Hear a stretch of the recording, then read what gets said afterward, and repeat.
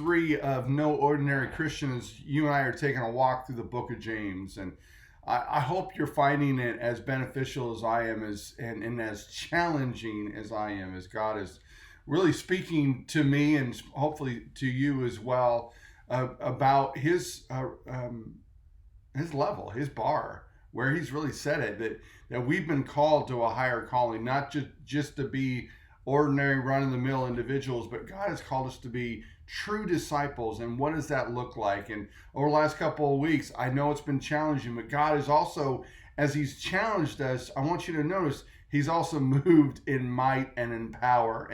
And as we draw closer to God, God draws closer to us. And there's no more exciting place to be. And I'm so happy to know that God is calling this church, the Crossroads, and each and every one of us into a deeper relationship with him, to be not just ordinary Christians. And I know these questions in life groups have been difficult. Not difficult because you don't understand them. I know you're there.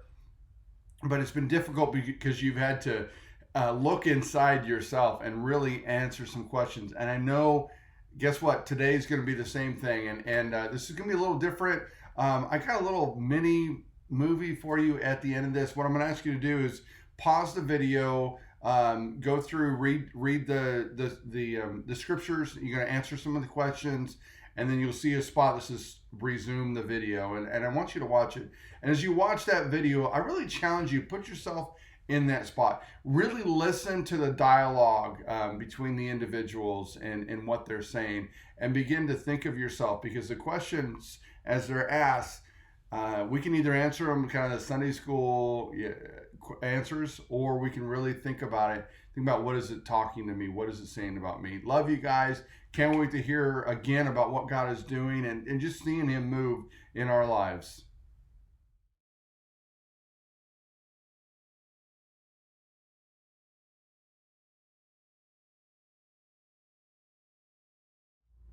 Mr. Shulker, you stand on trial today accused of being a disciple of Christ. How do you plead? I plead guilty, Your Honor. Do you have any proof of your guilt? Yes, Your Honor. Please accept my tithe report and my attendance report as evidence. Mr. Shulker, the fact that you go to church and give money has no bearing on your guilt in this case. I'm glad to see that you are a consistent tither and that you go to church, but lots of people go to church. Lots of people give to charities. Please tell me you have something else. Yes, Your Honor. Here's my Bible.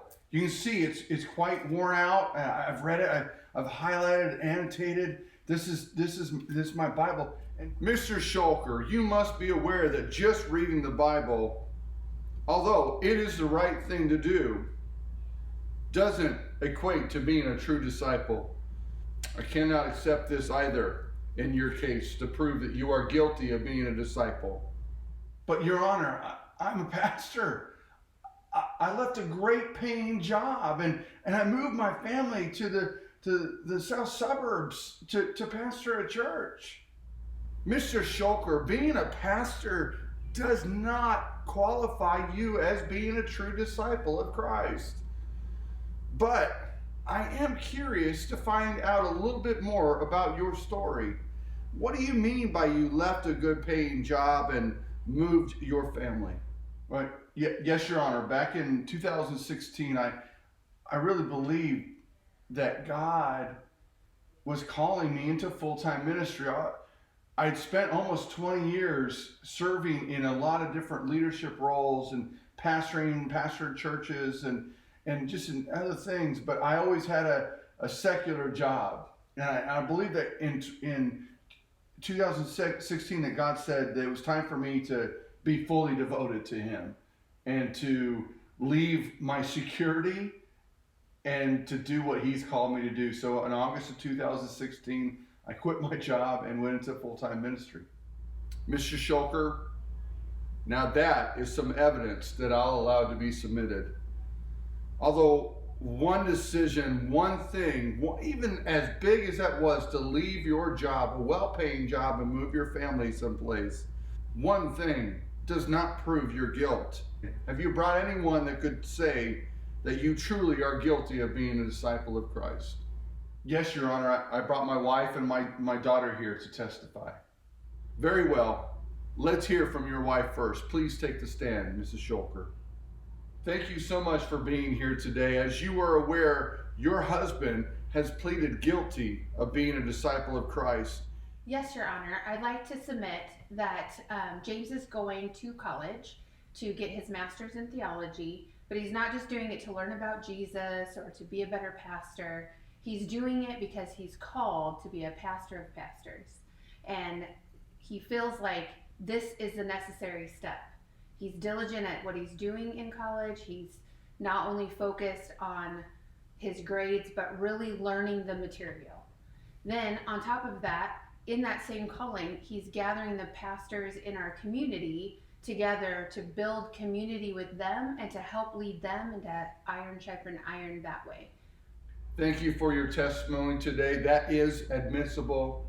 You may step down. Jadrian Shulker, please take the stand. As you just heard, your mother has brought evidence of your father's guilt, but I need to hear from you. Is your father guilty of being a disciple of Jesus Christ? Yes, Your Honor. I believe my father is a disciple of Christ because of these evidences that he went to Liberia, himself a hypochondriac, with Liberia being a place of diseases. And he knew, even though in his hypochondriacism, he knew that God would keep them safe and healthy through the experience. And then when he came back, he was just changed. His perspective changed on like a whole lot. Thank you, Jadrian. You are dismissed. Your testimony and your family's testimony, is that really enough? Have you brought anyone else? Is there not anyone else that would speak for you? Yes, Your Honor. I would like to call Riley Goodwin to the stand. I believe she would be a great character witness, as I've known her since she was 8 years old, and she's been a spiritual daughter to me. We've spent time together as a family, and she's seen me in my home, she's seen me outside of the church environment, and I believe she could speak to my guilt in this case. Your Honor, it is evident to me that Pastor James is guilty of being a disciple of Christ, because as a disciple of Christ, it's your responsibility to go out into the world and spread the gospel to others. But in order to effectively spread the gospel, you have to live it. You can't just be talking about it. Your actions have to back up whatever you're trying to get across to these people. And Pastor James's actions have always backed exactly what he's been teaching.